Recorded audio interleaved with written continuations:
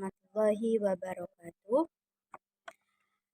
Pada kesempatan kali ini saya Lisa Nurma Hidayah dari kelas A7 akan mereview bab 11, yakni tentang penyusunan proposal dan laporan hasil penelitian.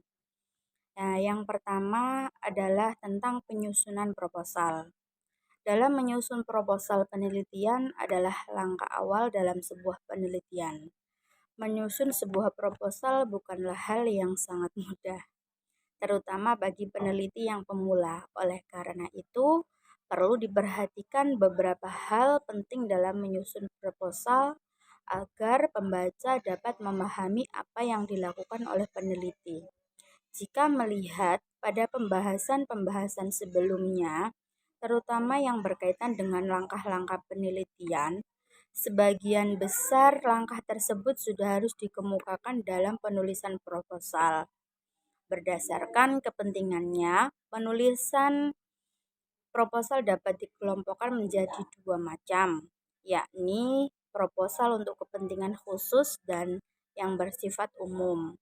Untuk proposal kepentingan khusus adalah proposal yang ditulis sebagai tugas akademik, misalnya untuk menyelesaikan studi pada jenjang Statra 1 atau skripsi, Statra 2 atau tesis, dan Statra 3 disertasi. Proposal ini sudah mencakup sebagian besar dari penulisan skripsi, tesis, atau disertasi secara keseluruhan.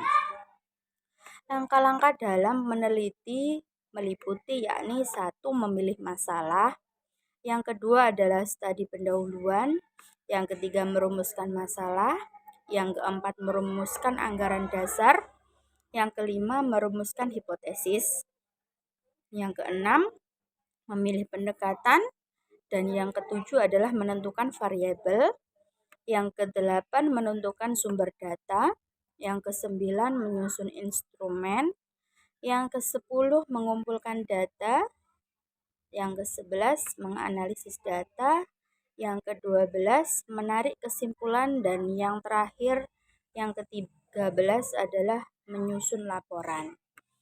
Nah, yang kedua adalah tata cara penyusunan proposal. Yang umum yakni 1. Halaman judul. Dalam halaman judul ini terdapat judul proposal yang ditulis secara menarik dan jelas dan mencerminkan isi proposal. Dan ada nama pengusul yang berisikan tentang nama lengkap individu atau organisasi, dan juga ada tanggal pengajuan, yakni tanggal proposal yang akan diajukan. Yang kedua ada daftar isi. Nah, daftar isi tersebut menyediakan panduan untuk menemukan bagian-bagian penting dalam proposal. Yang ketiga adalah pendahuluan latar belakang, yang menjelaskan alasan dan konteks proposal yang dibuat. Terdapat juga identifikasi masalah yang berisikan uraian masalah yang ingin dipecahkan, dan juga terdapat tujuan proposal yang di dalamnya ada apa yang ingin dicapai dengan proposal ini. Yang keempat, tinjauan pustaka. Tinjauan pustaka ini jika diperlukan ya, dan di dalamnya terdapat referensi yang terkait yang menyertakan kajian literatur yang relevan dan topik yang diusulkan, dan juga ada penelitian sebelumnya yang berisikan ringkasan penelitian sebelumnya yang mendukung usulan ini. Dan yang kelima adalah metodologi pendekatan dan desain penelitian, yang bagaimana penelitian atau proyek akan dilaksanakan, dan terdapat prosedur dan teknik yang digunakan mengumpulkan data atau melaksanakan proyek. Dan juga ada jadwal kegiatan. Jadwal ini adalah rencana waktu yang rinci untuk setiap tahap kegiatan. Dan yang keenam adalah rencana anggaran biaya. Dan di dalam ini terdapat estimasi biaya yang diberlakukan untuk melaksanakan proyek. Dan juga ada sumber dana. Nah, sumber dana ini adalah sumber-sumber pendanaan yang diharapkan. Dan yang ketujuh adalah manfaat dan dampak manfaat bagi bagi pihak yang terkait berisikan tentang bagaimana hasil dari proposal ini bermanfaat bagi pihak yang berkepentingan. Dan juga ada dampak jangka panjangnya dari proyek atau penelitian yang diusulkan. Yang kedelapan, ada penutup dan juga kesimpulan. Nah, pada bab ini ada ringkasan dari proposal dan penegasan pentingnya proyek ini. Ada juga harapan, dan harapan ini adalah dari penulis terhadap respon pembaca. Dan yang kesembilan adalah lampiran. Nah, lampiran ini adalah dokumen pendukung. Jadi ada data tambahan, grafik, tabel, ataupun informasi lain yang mendukung proposal. Ada juga contoh struktur proposal, yakni ada halaman judul, daftar isi, pendahuluan, latar belakang, identifikasi masalah, tujuan proposal, tinjauan pustaka, metodologi pendekatan dan desain penelitian, prosedur dan teknik jadwal kegiatan, rencana anggaran, manfaat dan dampak, penutup, dan juga lampiran. Nah, ada tips untuk menyusun proposal yang efektif, yakni harus jelas dan terstruktur. Lalu ada juga data pendukung dan ada bahasa yang tepat yang digunakan. Nah, setelah itu revisi dan koreksi. Nah, yang ketiga adalah waktu menulis laporan. Penulisan laporan penelitian sebaliknya dimulai segera setelah data terkumpul dan dianalisis untuk menjaga keakuratan dan relevansi informasi.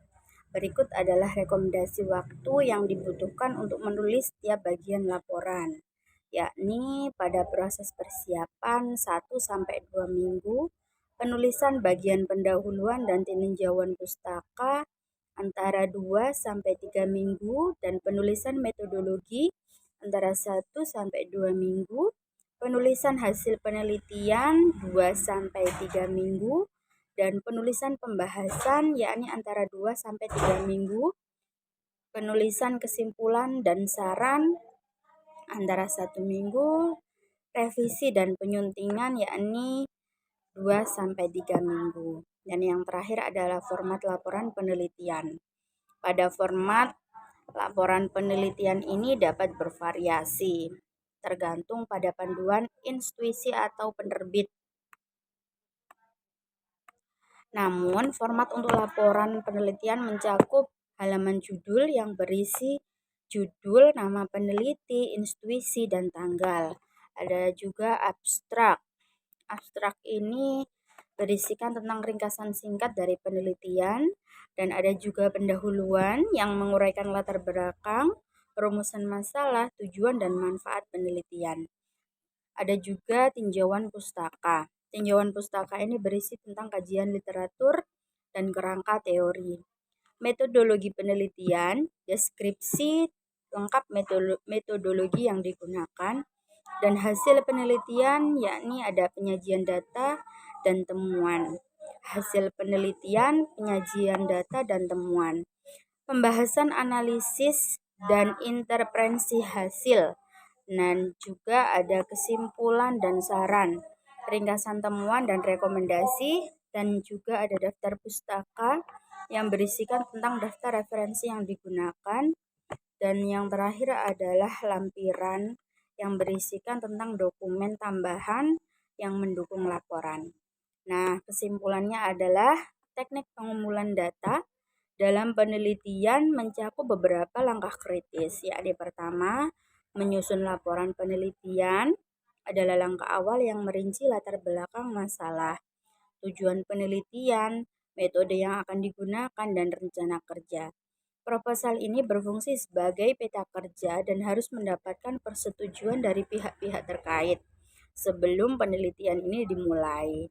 Dan yang kedua adalah tata cara penulisan laporan hasil penelitian melibatkan proses pengumpulan data yang sesuai dengan metode yang telah dirancangkan seperti survei, wawancara, observasi, dan studi pustaka.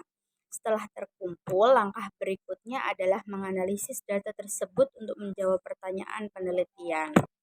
Hasil analisis ini kemudian disusun secara sistematis dalam laporan penelitian. Yang ketiga adalah waktu penulisan laporan yang harus direncanakan dengan cermat, yakni mengikuti jadwal penelitian yang sudah ditentukan dalam proposal. Menjaga jadwal ini penting untuk memastikan penelitian itu selesainya tepat waktu dan laporan bisa disajikan dengan sesuai tanggal yang telah ditetapkan. Dan yang keempat adalah format laporan penelitian yang biasanya mencakup beberapa bagian utama, yakni abstrak, pendahuluan, tinjauan pustaka, metode penelitian, hasil penelitian, pembahasan, kesimpulan, dan rekomendasi.